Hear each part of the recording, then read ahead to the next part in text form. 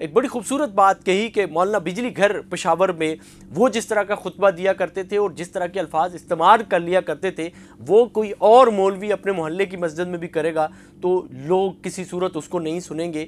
پھر انہوں نے مفتی ظفر علی خان صاحب کی مثال دی کہ یہ بھی بسا اوقات ایسے الفاظ استعمال کر دیتے تھے یا ایسے انداز اپنا لیتے تھے جو لوگ مائنڈ نہیں کرتے تھے، جو ان کے محلے کے لوگ تھے وہ مائنڈ نہیں کرتے تھے، لوگوں کو ان کا یہ انداز بھا گیا تھا اور لوگ ایکسیپٹ کر گئے تھے۔ اب وہی انداز کوئی اور شخص اپنائے گا، وہ انور شاہ اپنائے گا، وہ کوئی اور شخص اپنائے گا، لوگ اسے بالکل بھی نہیں سنیں گے۔ صورتحال یہ ہے کہ اب اس سارے پہلو میں یہ جو شر کا پہلو ہوا جس سے خیر برآمد ہو گئی، لیکن صورتحال یہ ہوئی کہ بہت سارے وہ چہرے واضح ہو گئے جنہوں نے قبر کے اندر موجود مفتی ظفر علی خان صاحب کو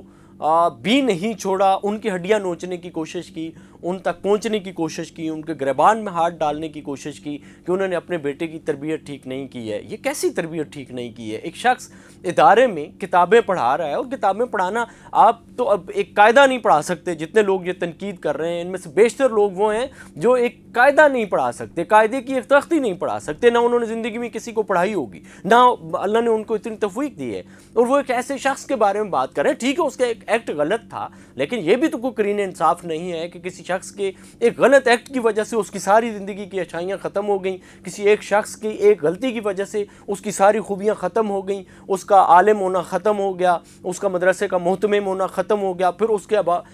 والد پہ چلے جائیں، پھر ان پہ بھونکنا شروع کرتے ہیں۔ ایسا نہیں ہوتا ہے، ایسا کسی معاشرے میں نہیں ہوتا ہے۔ کم از کم آپ اپنے اندر کا جو بغض ہے وہ کسی اور جگہ نکالیے گا۔ مفتی ظفر علی خان صاحب ایک بہت بڑی شخصیت تھے، اللہ کے ولی تھے، ان کی اپنی جو چیزیں تھیں ان کو کسی نے کبھی آج تک چیلنج نہیں کیا ہے، اور بہت ساری چیزیں ہو سکتا ہے چیلنجیبل ہوں، لیکن ان کے اخلاص پہ، ان کے کام پہ اللہ نے جو ان سے کام لیا ہے، لاکھوں کی تعداد میں لوگ ان سے صرف تفسیر القرآن پڑھ کر کے گئے ہیں، اور وہ پہلی کلاس سے لے کر آخری درجے تک ساری کلاسز کو پڑھانے کا بھی ان کے پاس ملکہ تھا۔ پھر تفسیر القرآن میں ان کا ایک اپنا مقام تھا، اور کراچی کے حلقوں میں اور اس سے باہر نکل کر کے علماء کے حلقوں میں ان کا ایک بڑا نام تھا، ان کا ایک بڑا اپنا تشخص، ایک روب دبدبہ تھا۔ اب صورتحال یہ ہے جی کہ مدرسے کو بند کر دینا چاہیے، بعض کمینے لوگ یہ بھی کہتے ہوئے پائے گا جی اس کو ہٹا دینا چاہیے، یہ مدرسہ فلاں کو دے دینا چاہیے، اس میں محتمم فلاں آ جانا چاہیے۔ کیا ہو گیا یار؟ مطلب آپ کوئی غلط کام کرتے ہیں تو کیا آپ کے گھر پہ کوئی دوسرا بندہ آ جاتا ہے دیں آپ کو گھر سے نکال دے؟ کوئی یہ غلطی انسانوں سے ہوتی ہے، ہو گئی اس سے غلطی، بالکل ہم اس کی مذمت کرتے ہیں اور بھرپور مذمت کرتے ہیں۔ انہوں نے جو کام کیا ہے انور شاہ نے وہ بالکل غلط کیا ہے، وہ جب ہی ظاہر ہے غلط کیا ہے تو اس نے معذرت کی ہے، لیکن اس کی آڑ میں پورے مدرسے کو رگیدنا، پھر پورے مدارس کے نظام کو رگیدنا، نہ بابا ایسا نہیں،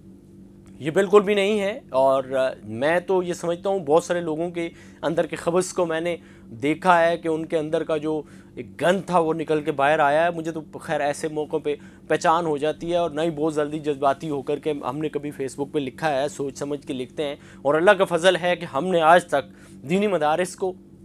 اور علماء کے خلاف ان کی غلطیوں پہ بھی ہم کوشش کرتے ہیں صرف نظر کریں، کیونکہ پاکستان میں اور ایک صاحب ابھی لکھ رہے تھے جی کہ دینی مدارس میں سرکاری کیمرے لگانے چاہیے۔ عقل کو ہاتھ مار لیجئے تھوڑا سا، مہربانی کریں۔ سرکار اپنے کراچی میں سیف سٹی نہیں لگا سکی ابھی تک، تو آپ مدارس میں لگانے کے چکر میں یہ ابھی ٹوٹل کو میرے خیال میں کچھ 36-37 جگہوں پہ کیمرے لگانے کے لیے انہوں نے کروڑوں روپے کا بجٹ رکھا ہے، اور آپ کراچی کے نہ کرتے ہوئے بھی 5000 مدارس میں کیمرے افورڈ کر سکتے ہیں سرکاری سطح پر؟ کیا لاجک ہے؟ کیا چول مارنے کی بھی کوئی رینج ہوتی ہے؟ آؤٹ آف رینج چول ماری جاؤ، کوئی پوچھنے والا نہیں ہے، سبحان اللہ۔ تو خیر رکھیو تلخ نوائی سے معاف، تو بس اس طرح کی صورتحال ہے۔ ظاہر ایک مجھے بھی تھا کہ یار ایسا نہیں ہونا چاہیے چیزیں، اور مناسب تنقید ہونی چاہیے جو بالکل